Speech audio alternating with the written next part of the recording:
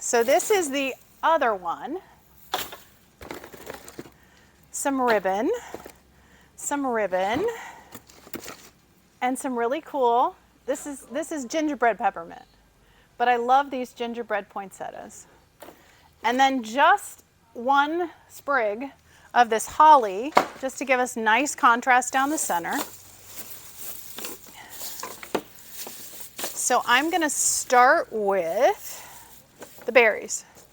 And these berries have a little bit of frost. That's intentional. Of all the berries, I picked out the ones that had the frost because I've got frosted poinsettias and I've got white in my ribbon and I've got white on my gingerbread. So we'll keep it nice and frosty. So I'm going to add in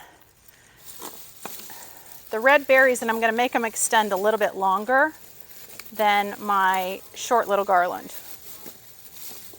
So I'm going to start at the bottom, and then I might layer the next one over the top and lock them all in together. And then layer the next one up. See what? Say that again. I like how brutal you are with it. It's like, and I'm like, it might fall apart. It ain't gonna fall apart. It's tough. It's tough stuff. I'm talking about the little berries on everything. Oh, they might. But is it gonna miss one berry, really? No, we're good. Okay. So I've got my base of just berries. Okay. And then I'm gonna add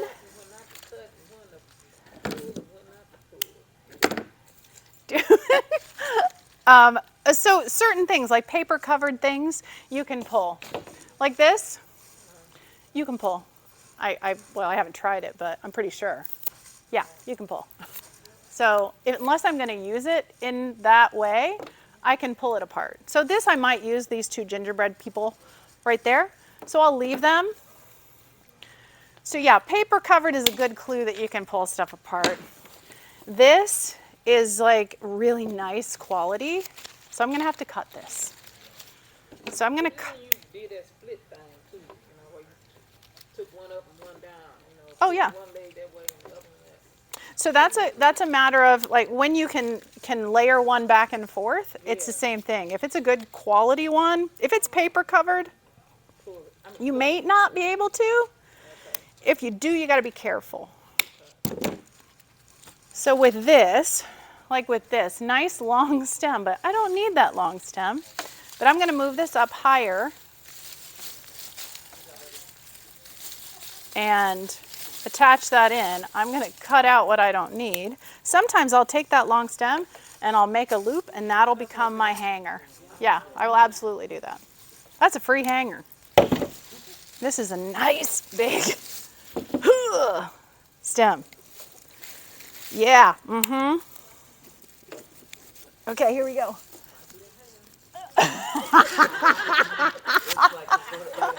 It's going to be a hanger now. I don't know, it's half cut off. I have bolt cutters, just not in my... Or have you seen the anvil cutters, like the silver one? Those are nice. Do you carry those? You probably do. If not, they can probably get them. Okay. So I'm going to anchor this in a couple more places. I can pull my berries up through it. It's got berries in it. And I'm going to add this little sprig that I cut off of it. This is really nice holly. Pet peeve number 968 million, cheap holly. There's a place for cheap holly. But if I'm doing a really nice, permanent, in the trash can, yes. Yes. Okay. Yeah, it's called leave it right. Oh, yeah. Okay. So I'm going to use some of this. It's gingerbread and red color ribbon. Now, this is a little more fun. I'm going to make a real bow. I'm going to make a real bow without a belly button. Okay. So typically I would do like a 5 loop aside. I'm going to make a real bow with my streamers. Everybody makes bows differently, okay? Loop, loop, loop, loop. And I try to shape it as I go, but this is like, ooh, this is the first today, the first time I made an actual bow. So I'm gonna make a 5-loop a side bow. And then when I get to the part where I'm making my tails, which is right now, I don't like tails that hang side to side. So a lot of times people will start with the tail, make their bow, make the other tail, and then pull the tails down. It's fine. I just prefer not to do that. So now I'm getting ready to make my tails. So I've twisted it and angled my ribbon down. And I'm going to pull it up the other side. And then I'm going to see how long do I want those tails. And I'm going to cut it. Then I'm going to tie this off with a chenille. Why chenille over bind wire? This one, I want to cinch it down really tight. So sometimes if I'm brute strengthening bind wire, I can break it. So I can't do this with bind wire, it would bust, unless I doubled it up. So I'm going to twist that off, shape my bow, and these tails, now I'm just going to grab the center and cut. So now my tails hang the right way. They hang straight down versus hanging side to side. There's a reason for everything I do. So, I mean, and it might not be your method of doing things, but I can tell you why I do it that way.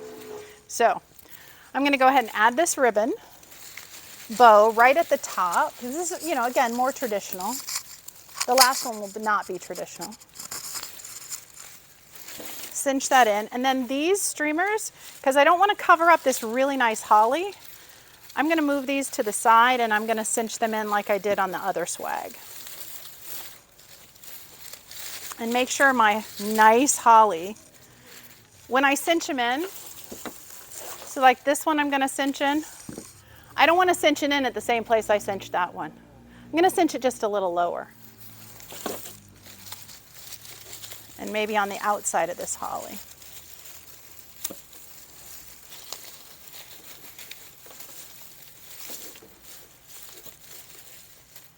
So now my holly is still showing. Okay. Now we're going to add in the fun stuff. So I'm going to add in 2 of these poinsettias.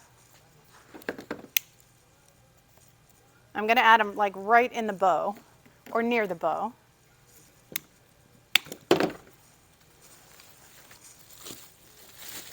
Above the bow, below the bow.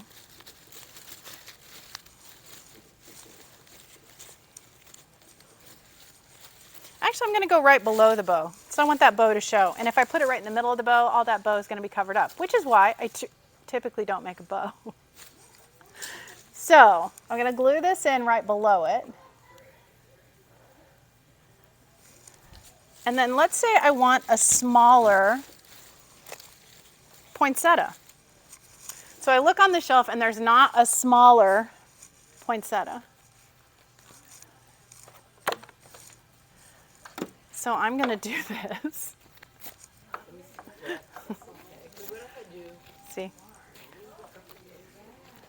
So I'm going to remove that. I might have to add one back in.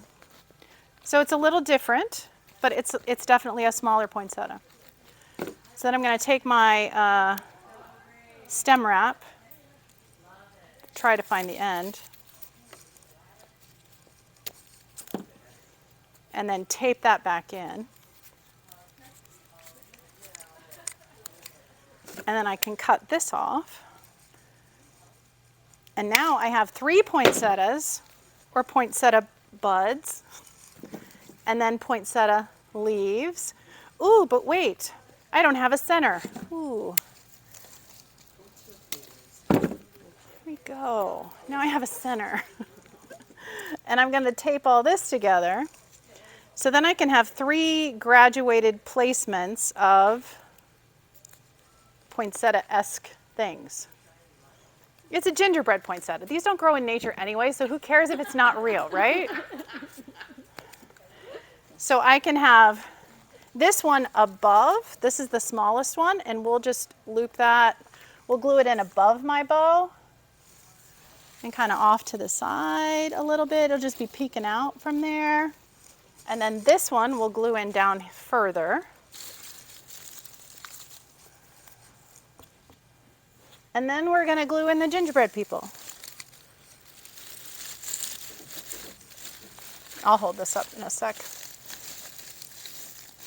Stay.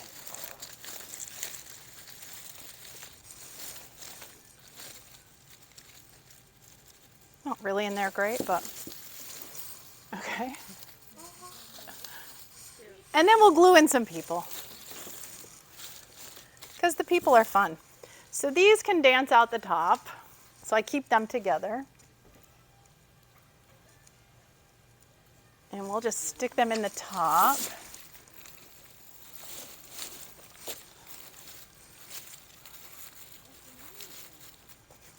And then we have some of these fun little ornaments that we'll glue in to the side. Maybe we need one out here. Now this guy, what do we do with this guy? Because this guy, if I glue him in with the stem, he's going to be upside down. So